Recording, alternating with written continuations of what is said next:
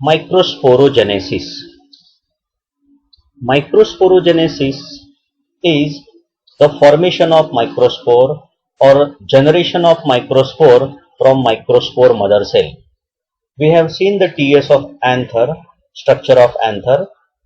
We know that in the anther, 4 chambers are present and in each chamber microspores are produced. ये जो microspores produce होते हैं, ये microspores microspore mother cell से produce होते हैं. Microspore mother cell sporogenous tissue से produce होती है या फिर स्पोरोजिनस टिश्यू यही as a microspore mother cell act करते हैं. स्पोरोजिनस टिश्यू का हर एक cell as a microspore mother cell करके एक्ट करता है. जो माइक्रोस्पोर मदर सेल है, it's diploid means it contains 2 sets of chromosome. Microspore mother cell का मियोसिस होता है और मियोसिस होके एक माइक्रोस्पोर मदर सेल से 4 पोलन ग्रेन्स प्रोड्यूस होते हैं. There are formation of 4 pollen grains and these pollen grains are called as microspores. So each microspore mother cell divides meiotically to form tetrad of haploid microspore pollen grains. Now we will learn about structure of microspore. Typical pollen grain, अगर हम pollen grain का structure देखते हैं, that pollen grain is non-motile, haploid. Just now we have seen why it is haploid, क्योंकि microspore mother cell diploid है, उसका meiosis होता है और मियोसिस होने के बाद में 4 haploid pollen grains are produced. Pollen grains को ही माइक्रोस्पोर्स कहते हैं. ये जो पोलन ग्रेन है, it's non motile, means it does not have any appendage for the motility. Motility का मतलब है मोटाइल का, या मोटिलिटी का मतलब है मूवमेंट. ये स्पर्म के जैसा कोई फ्लैजिला नहीं रहता इसमें. ये नॉन मोटाइल है. ये एक जगह से दूसरे जगह पे it can not move by itself, खुद मूव नहीं हो सकता है. इसको पोलन ग्रेन को मूव करने के लिए अलग अलग एजेंट्स होते हैं, that we are going to see in the agents of the pollination. So wind के जरिए, वाटर के जरिए, इंसेक्ट्स के जरिए, या फिर आंट्स के जरिए, या फिर बर्ड्स के जरिए, अलग अलग एजेंट्स के जरिए ये पोलन ग्रेन को ट्रांसफर किया जाता है on to the stigma of the flower. So that because they are non motile, they are haploid, single set of chromosome है. It's also single cell unicellular body है, haploid है, unicellular body है which contains single nucleus. This is the structure of the pollen grain. Here pollen grain it is surrounded by 2 layers. हर pollen grain के surrounding में 2 layers है. One is intine and other is exine. Outermost layer is called as exine and inner is called as intine.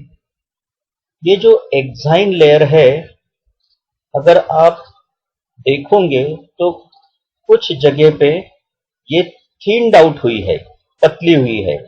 At some places it is thinned out, and this thinned out portion of the exine is called as sporoderm. इस particular layer, इस particular small pore को बोला गया है, no, this is called as germ pore. So this particular thinned out portion is called as germ pore, and the wall of the pollen grain is called as स्पोरोडर्म. यानी pollen grain का जो wall है उसे sporoderm कहा है. And sporoderm it's made up of 2 layers, exine and intine. But at some places this exine is thinned out or interrupted, and that particular opening like structure, it's not opening actually, but this thinned out part is called as sporoderm. And जो exine layer है, this plays very important role in the protection of the pollen grain. Pollen grain को protect करने के लिए exine बहुत ही important role play करती है. The reason is that exine is made up of specialized chemical which is called as sporopollenin. उस chemical का नाम है स्पोरोपोलेनिन. ये जो स्पोरोपोलेनिन है ये एंटी माइक्रोबियल है, या फिर ऐसा बोल सकते हैं it is resistant to microbial attack, मतलब micro organisms can not attack on this particular exine layer because of presence of sporopollenin, और माइक्रो ऑर्गेनिजम्स इसके ऊपर अटैक नहीं कर पाते, that is why it is non biodegradable, biodegradation इसका नहीं हो सकता। Second point, it is also resistant to chemical attack. अलग अलग टाइप की जो केमिकल्स है, these chemicals cannot degrade this particular layer because of this particular characteristic। ये कैरेक्टरिस्टिक के वजह से पोलन ग्रेन जनरली डिग्रेड नहीं होता, और if it falls on the ground in the soil, it may remain there for long time or it may get converted into fossil। ज्यादा समय तक के सॉइल में अगर ये रहा और वहां पर ये अगर इमर्स होते गया तो ये वहां पर फॉसिल फॉर्म भी इसका कन्वर्शन फॉसिल फॉर्म में भी हो सकता है। It's converted into fossilised form. So this pollen grain is resistant to microbial degradation as well as chemical degradation।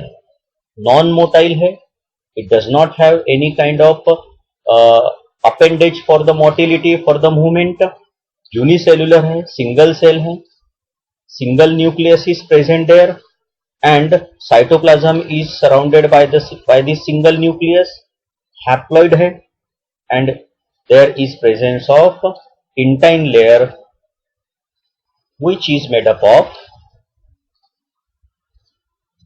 cellulose and pectin। Now once again, typically pollen grain is a non-motile haploid unicellular body with single nucleus। It is surrounded by two-layered wall called sporoderm। Two layers है, exine and intine।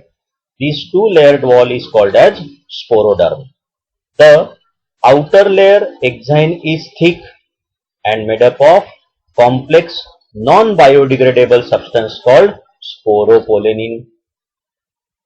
It may be smooth or with a sculptured pattern।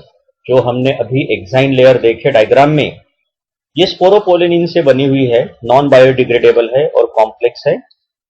It may be smooth और may be sculptured pattern, may have a sculptured pattern। मतलब sculptured का मतलब there can be different patterns on the pollen grains exine। ये exine layer के अलग अलग pattern भी हो सकते हैं and that may be characteristics of the species। मतलब एक स्पीशीज के प्लांट का जो पोलन ग्रेन है उसका जो एक्साइन का पैटर्न है और दूसरे स्पीशीज का पोलन ग्रेन है उसके एक्साइन का पैटर्न है, दोनों अलग अलग हो गए।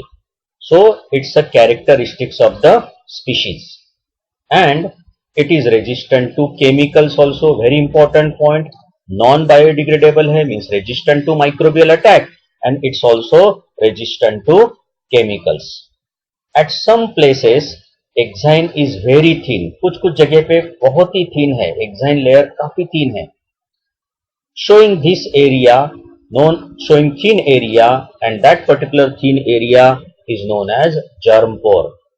germ pore का बहुत बड़ा significance होता है, it has a very great significance during the formation of the pollen tube। so what happens after pollination? ये जो pollen grain है pollination के बाद में it will get deposited on the stigma of the flower।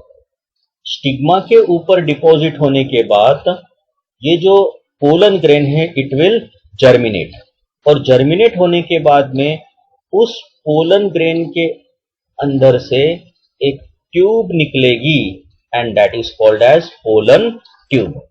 सो ये exine is very thin, showing thin area which is known as germ pore and this germ pore is meant for the growth of the emerging pollen tube during germination of pollen grain।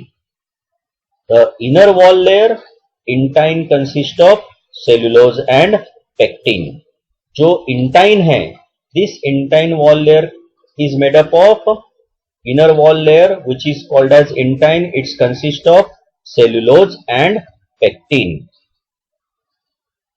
Because of this intine, what happens? In this enzyme there are presence of germ pores. यहाँ पर जो germ pore था, which is actually the thinned portion of the enzyme, यहाँ पर जो intine है, ये intine elongate हुआ है और इसी intine का elongation होके germ pollen tube तैयार हुई है. And this happens after its deposition on the stigma. जब ये pollen grain pollination की वजह से डिपॉजिट होता है स्टिग्मा में, और स्टिग्मा के ऊपर डिपॉजिट होने के बाद पोलन ग्रेन जर्मिनेट होता है.